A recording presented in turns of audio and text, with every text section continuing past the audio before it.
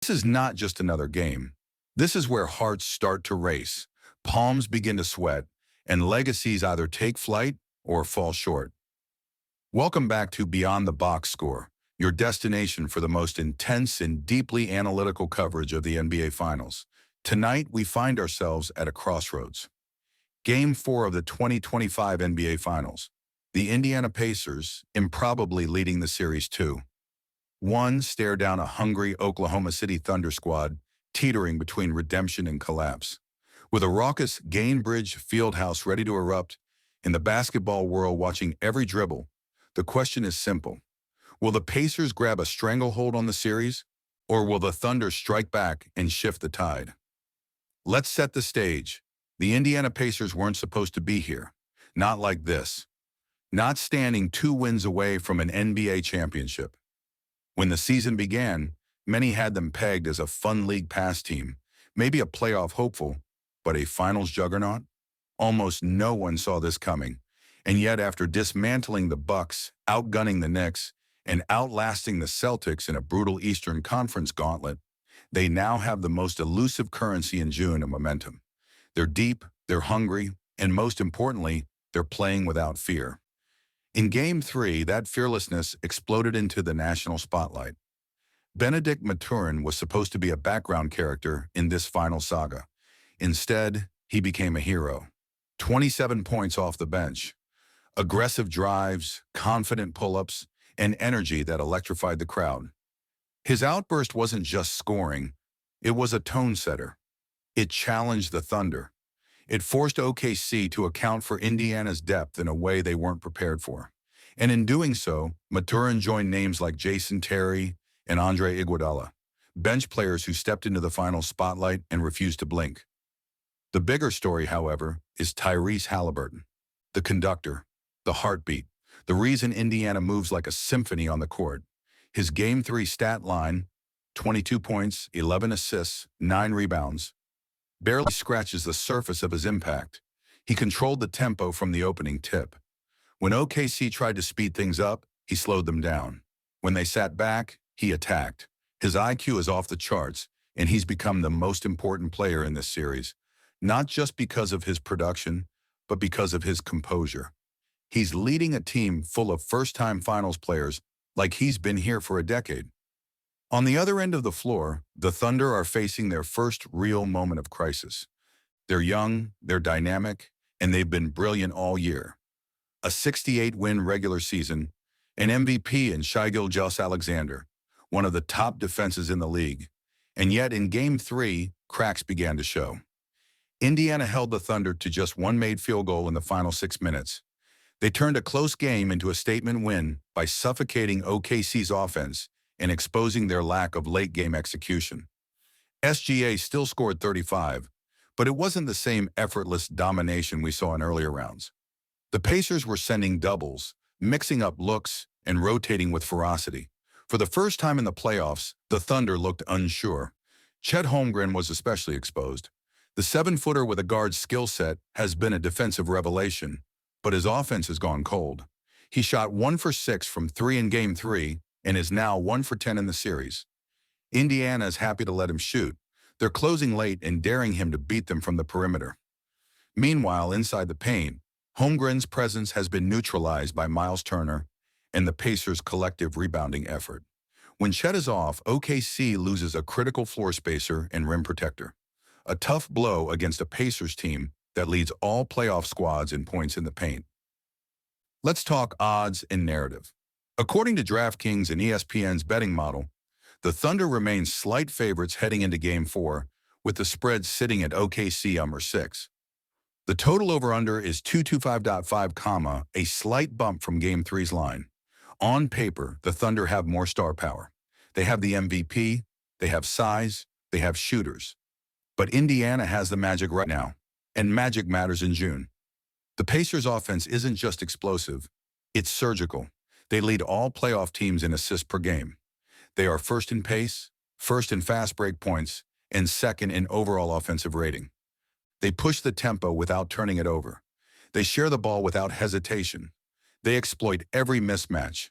Rick Carlisle deserves massive credit here. He's reinvented this team mid-season. After the trade deadline, when Indiana added Pascal Siakam, the offense became even more dynamic. Siakam gives them a power forward who can post up, run the break, and defend multiple positions. He's averaging 19.4 points and 7.1 rebounds this postseason. But his real value is versatility. The Thunder, on the other hand, are being outmaneuvered. In Game 3, they committed 16 turnovers that turned into 25 Pacers points. That's not just inefficient. It's deadly in the finals. SGA, for all his brilliance, had 5 of those turnovers. Indiana's guards, Haliburton, McConnell, Nembhard, have been picking pockets, jumping passing lanes, and wreaking havoc on the perimeter. That's disrupting OKC's high pick-and-roll game, which has been their bread and butter all season. Let's dive deeper into the X's and O's. In Games 1 and 2, OKC successfully used a high one, 5 screen to force switches and get SGA favorable matchups. Indiana countered in Game 3 by hedging hard, forcing the ball out of his hands early and scrambling with backside help to recover. It was risky, but it worked. SGA's drives turned into kickouts, and with Chet shooting poorly and Lou Dort being left open from 3, those kickouts didn't generate points. Carlisle has clearly identified Dort as the guy he's willing to live with shooting. Through 3 games, Dort is 5 for 17 from 3. That's a gamble Indiana is winning. Another adjustment. Indiana's weak side help has been quicker and more aggressive. You'll notice they're sending help from the baseline, not the top, cutting off OKC's cutters and leaving shooters on the wings. It's forcing the Thunder to run more ISO sets, and that plays into Indiana's hands. They want SGA to go one-on-one. They're switching with size and length. Aaron Nesmith has been fantastic in that regard, fighting over screens, using his body, staying in front. He's become Indiana's most underrated finals weapon. And what about the bench units? This is where Indiana is crushing OKC. In Game 3, the Pacers bench outscored the Thunder's 49-18. That's a chasm. TJ McConnell, at age 32, is having the best stretch of his career. He's controlling the second unit tempo, getting into the paint at will, and setting up teammates. Meanwhile, Benedict Mathurin has emerged as a flamethrower, forcing Dano to consider defensive counters he didn't need to think about in earlier rounds. OKC's bench, meanwhile, has gone quiet. Isaiah Joe, normally a reliable shooter, is 3 of 13 from deep in the series. Aaron Wiggins has been invisible, and Dano has shortened his rotation to 8 guys, leaving them gassed in the 4th. Let's not ignore the emotional layer. Jay-Z made headlines this week for reportedly betting $1 million on OKC to win the series. That pressure is real. The Thunder aren't just trying to win a title. They're trying to justify a season where they were the darlings of the league. But this stage is brutal. It exposes weaknesses. And right now, Indiana's playing looser, freer, and more confident. Sometimes that's all it takes. Injury-wise, both teams are mostly intact. For Indiana, Jarace Walker and Isaiah Jackson remain out. But their absence hasn't hurt the rotation. Miles Turner had flu-like symptoms after Game 3, but has been cleared and practiced fully on Thursday. For the Thunder, Nikola Topic remains out, limiting their guard depth. But Dano hasn't leaned on him much in the playoffs anyway. From a betting standpoint, this game is chaos. The public leans Thunder. The sharps lean Pacers. The over looks tempting given both teams' pace, but the under has hit twice already in this series.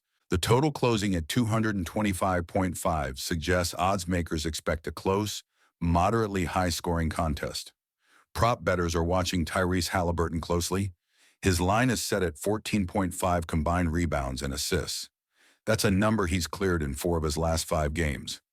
Meanwhile, Chet Holmgren's three-point line is set at 1.5 made. Under bettors are flocking there after his 1-for-10 performance through 3 games. And now, as we shift to part 2, the intensity climbs. The numbers are clear. The adjustments have been made. The storylines are building. But the truth is, Game 4 isn't about stats anymore. It's about who flinches. It's about who fights. The Pacers have the edge. The Thunder have the urgency. One will win. One will walk off wondering what went wrong. Coming up, our final prediction, betting props, emotional factors, and the moment that could define the careers of Tyrese Haliburton, Shai Gilgeous-Alexander, and every player in between.